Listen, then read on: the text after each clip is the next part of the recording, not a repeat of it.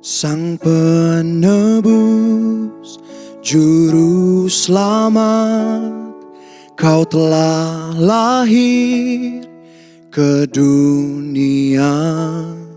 Surga bumi menyembahmu, menantikan kedatanganmu. Kemuliaan Kristus Sang Raja, layakkan ku dan urapiku. Kaulah Mesias, Kaulah Mesias. Firman yang hidup telah jadi manusia. Kaulah Mesias, Kaulah Mesias. Bukti terbesar kasih-Mu bagi dunia.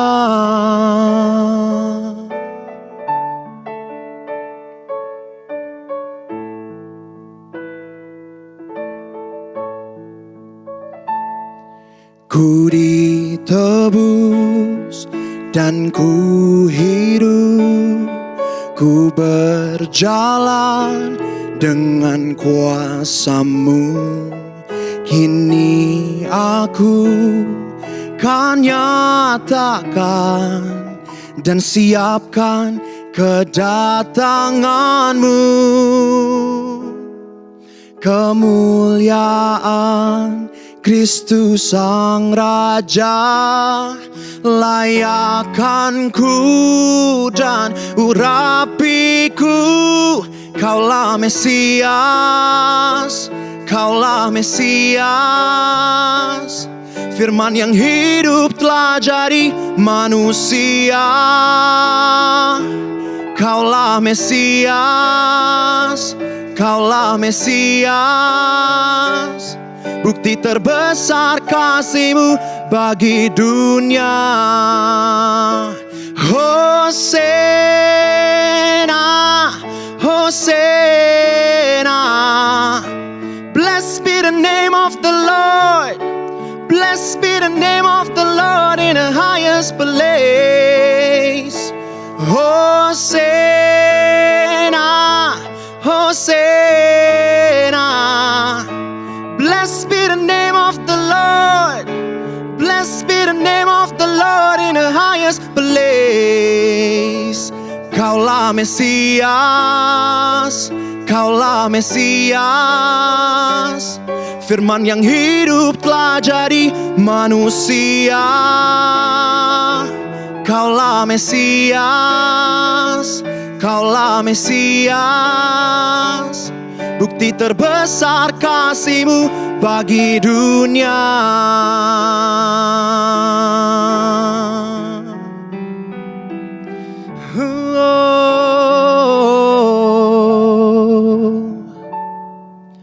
Layak dipuji, disembah, Kaulah yang bertahta dulu, sekarang, dan selamanya. Raja atas segala raja, nama-Mu besar termulia. Layak dipuji, disembah, Kaulah yang bertahta dulu, sekarang, dan selamanya. Raja atas segala raja, nama-Mu besar termulia. Layak dipuji, disembah, Kaulah yang bertahta dulu, sekarang, dan selamanya. Raja atas segala raja, nama-Mu besar termulia. Nama-Mu besar termulia. Nama-Mu besar termulia.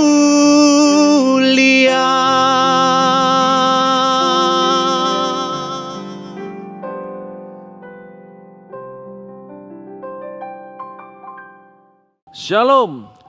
Ya, nah saudaraku dikasihi Tuhan, ada banyak pengalaman, ada banyak kejadian, ada banyak peristiwa yang kita alami. Tuhan Yesus mengajarkan kepada kita ada satu hal yang perlu kita lakukan. Selain supaya kita bisa menghadapi semua situasi yang sulit ini. Tetapi sekalipun situasi sulit sedang kita hadapi, di masa-masa yang sukar ini sedang kita jalani.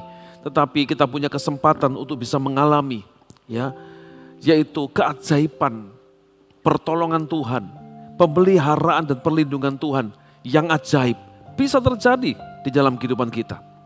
Ada satu kunci yang luar biasa yang membuat kita mampu menjalani masa-masa yang sulit, ya, masa-masa yang sukar. Nah, saudaraku dikasihi Tuhan, situasi itu membuat kita mengalami masa-masa yang sulit, ya, tidak mudah. Tetapi saudaraku dikasihi Tuhan, ada satu hal yang Tuhan ajarkan kepada kita, untuk kita tetap bisa menikmati anugerah pemeliharaan, penyertaan, dan keajaiban, ya, hidup di dalam Tuhan. Yaitu yang pertama sudah lihat, mengucap syukur. Saudara, apa yang sudah kita jalani tidak bisa kita rubah. Apa yang sedang ada di hadapan kita terkadang di luar kendali kita. Ada banyak hal yang terjadi dalam hidup kita itu di luar kendali kita. Tetapi satu hal saya mau pastikan kepada saudara semua, bahwa hidup kita tetap ada dalam kendalinya Tuhan Yesus. Dan ketika hidup kita ada di dalam kendalinya Tuhan Yesus, maka tidak ada satupun yang bisa menghancurkan hidup kita, membahayakan hidup kita, karena Tuhanlah yang akan menyertai, melindungi, memagari kita, menyediakan segala sesuatu yang kita butuhkan, karena Dia adalah Tuhan yang baik. Dan di dalam Dia tidak ada perkara yang mustahil. Haleluya. Nah, saudaraku, mengucap syukur. Kita baca satu ayat ini di dalam 1 Tesalonika pasal 5 ayat yang ke-18. Dikatakan begini, mengucap syukurlah dalam segala hal. Sebab itulah yang dikehendaki Allah di dalam Kristus Yesus bagi kamu. Saudaraku dikasihi Tuhan, mengucap syukurlah dalam segala hal. Artinya dalam segala keadaan. Orang bisa mengatakan begini, ya Pak, mengucap syukur itu kalau keadaan semua baik-baik saja, kalau keadaan kita bisa menikmati sebuah kesempatan yang baik, ketika mungkin pekerjaan kita diberkati, menikmati keuntungan yang banyak, kita mendapatkan yaitu kesempatan-kesempatan yang menyenangkan hati, ya, semua yang kita rencanakan terlaksana dengan baik, kita menikmati hasil yang lebih daripada yang kita harapkan, itu mengucap syukur bisa. Kalau semua keadaan itu kita alami, tetapi kalau keadaan itu tidak kita alami, bahkan sebaliknya, apakah kita bisa mengucap syukur? Jadi saudaraku dikasihi Tuhan, mengucap syukur itu bukan tentang perasaan kita, apa yang kita alami, apa yang kita rasakan. Mengucap syukur itu perintah Tuhan, mengucap syukur itu kehendak Tuhan. Sekali lagi saya bacakan ayat barusan yang di dalam 1 Tesalonika 5 ayat 18, ya, dikatakan begini, mengucap syukurlah dalam segala hal. Sebab itulah, perhatikan ini, yang dikehendaki Allah di dalam Kristus Yesus bagi kamu. Jadi mengucap syukur itu kehendak Allah. Saudaraku, ya. Jadi mengucap syukur bukan soal perasaan kita. Kalau perasaan kita senang kita mengucap syukur, kalau perasaan kita sedih kita tidak bisa mengucap syukur. Kalau keadaan semua baik-baik saja kita mengucap syukur, kalau keadaan sedang tidak baik maka kita tidak bisa mengucap syukur. Jadi mengucap syukur bukan soal perasaan, soal ketaatan di dalam melakukan kehendak Allah. Ya, karena itulah yang dikehendaki Allah di dalam Kristus Yesus bagi kamu. Jadi saudaraku dikasihi Tuhan, ketika kita melakukan kehendak Allah, butuh ketaatan. Dan kalau kita taat melakukan apa yang menjadi kehendak Allah, kita taat melakukan apa yang menjadi firman Tuhan, maka ada berkat yang Tuhan sediakan.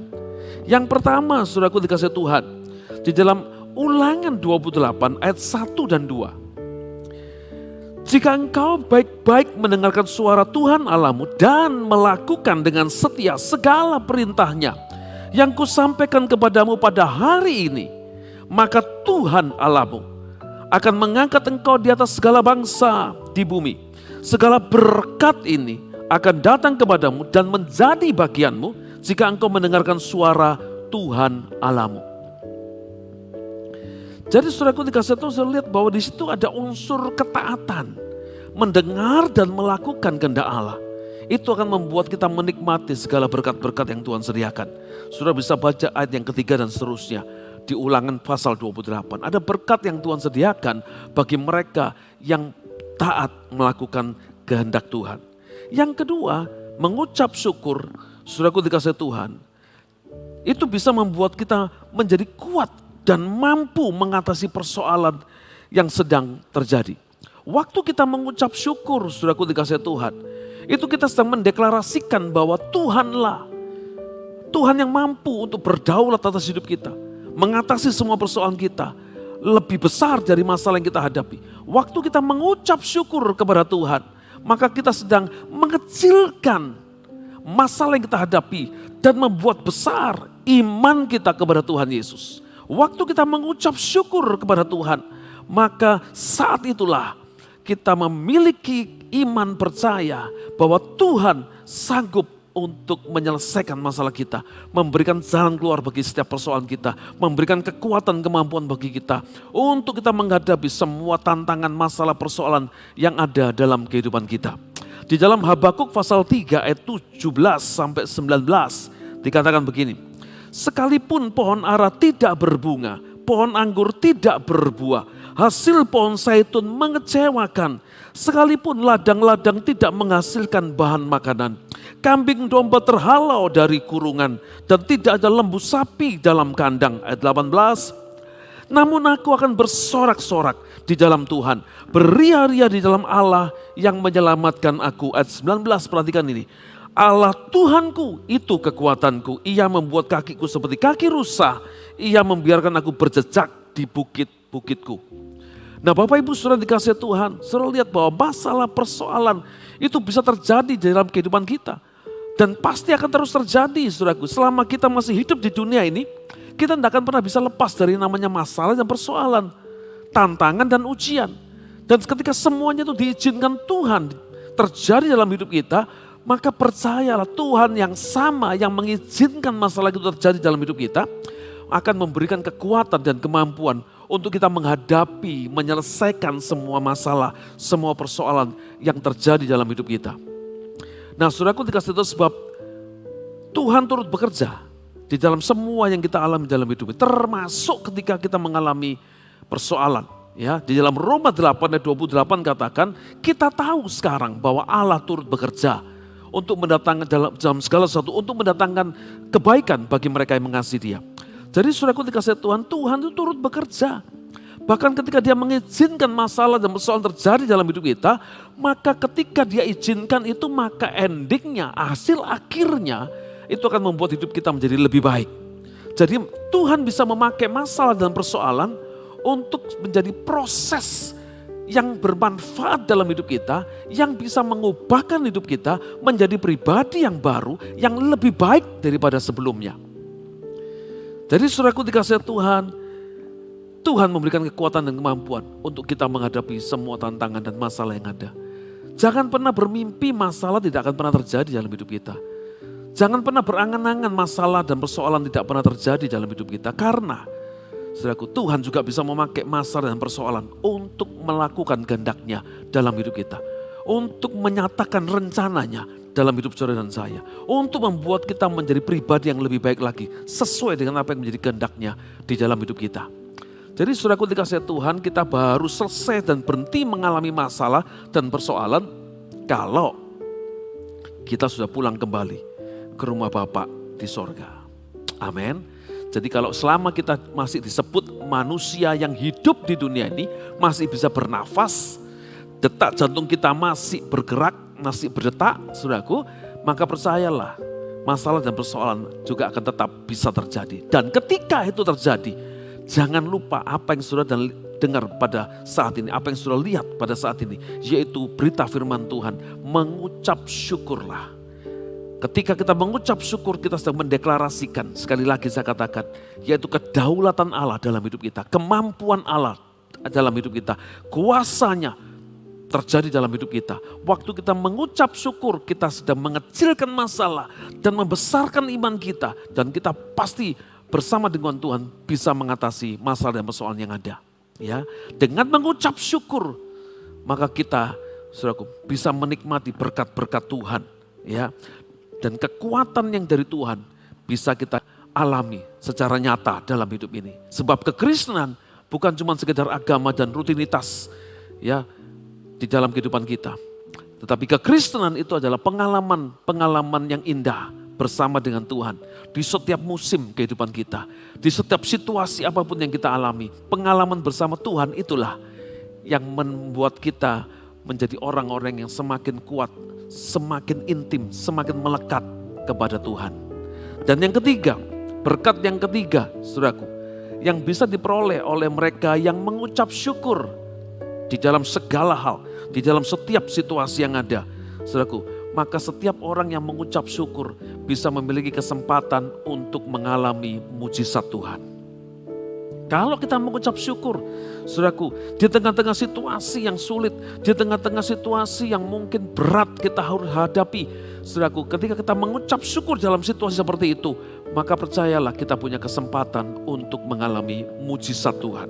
Ya, di dalam Injil Matius 15 ayat 36 dikatakan begini, sesudah itu yang mengambil ketujuh roti dan ikan-ikan itu, mengucap syukur, memecah-mecahkannya dan memberikannya kepada murid-muridnya, lalu murid-muridnya memberikannya pula kepada orang banyak. Saudaraku, peristiwa ini terjadi yaitu ketika ada ribuan orang mengikuti Yesus, mendengarkan kabar baik yang diberitakan oleh Tuhan Yesus, melihat mujizat, mereka mengalami mujizat, yang sakit disembuhkan, yang terikat dilepaskan. Dan mereka mengikut Yesus. Dan ketika itu hari menjelang malam, murid-muridnya berkata kepada Yesus, Guru, suruhlah mereka pulang supaya mereka bisa mencari makan, supaya mereka tidak kemalaman di jalan.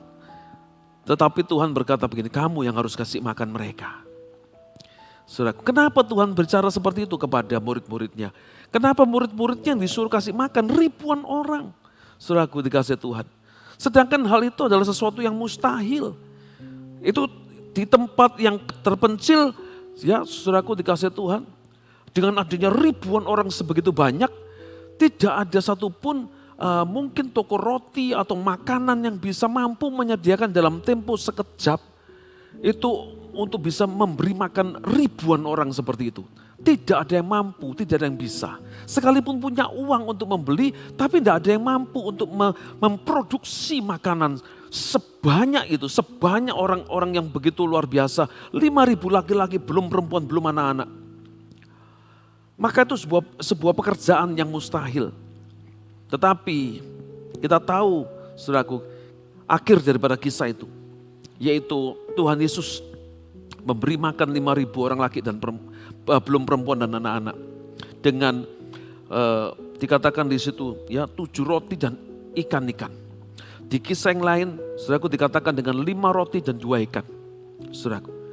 Nah, saudara bayangkan ketika Tuhan melakukan hal itu terjadi karena yang pertama timbullah belas kasihan di hati Tuhan.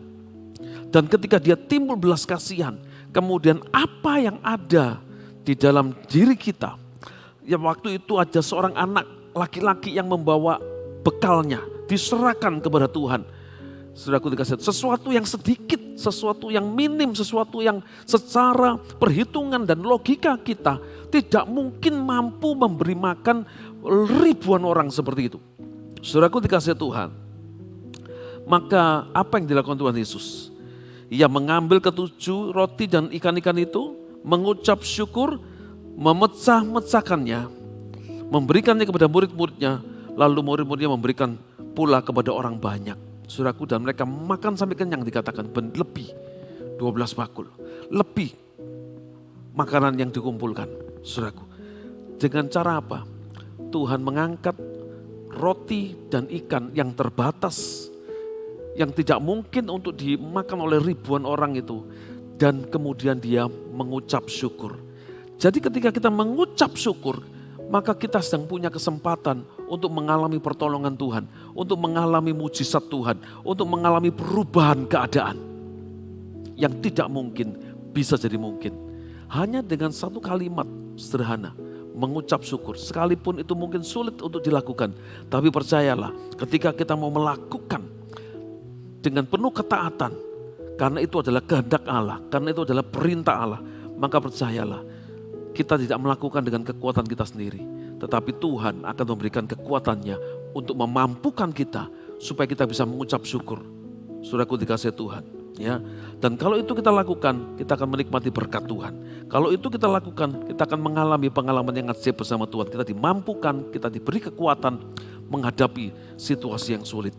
Dan yang ketiga, kalau kita mengucap syukur, kita punya kesempatan mengalami mujizat Tuhan.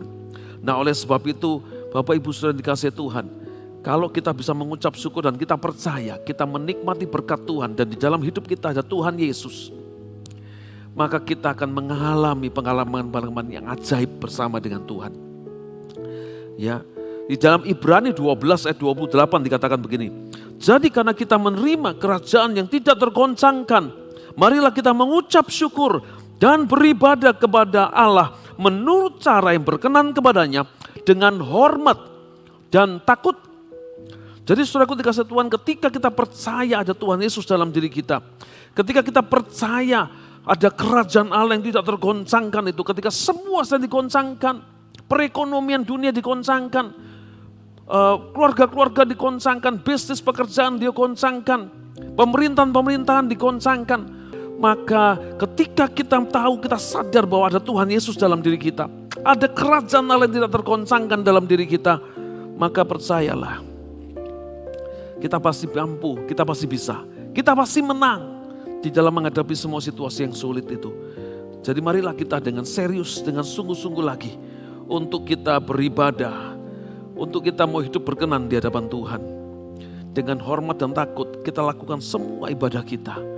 Dan percayalah, dengan kekuatan dari Allah, dengan kemauan kita untuk taat melakukan kehendak Allah, yaitu dengan mengucap syukur bersama dengan Tuhan, untuk mengalami, menikmati dan menerima berkat-berkat Tuhan. Oleh karena kita taat melakukan kehendak-Nya.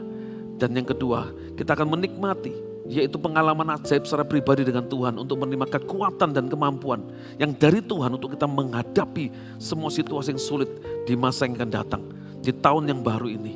Saudaraku, dan yang ketiga, waktu kita mengucap syukur, maka percayalah kita punya kesempatan mengalami mujizat Tuhan.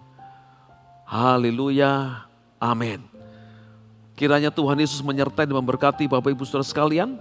Tuhan Yesus memberkati.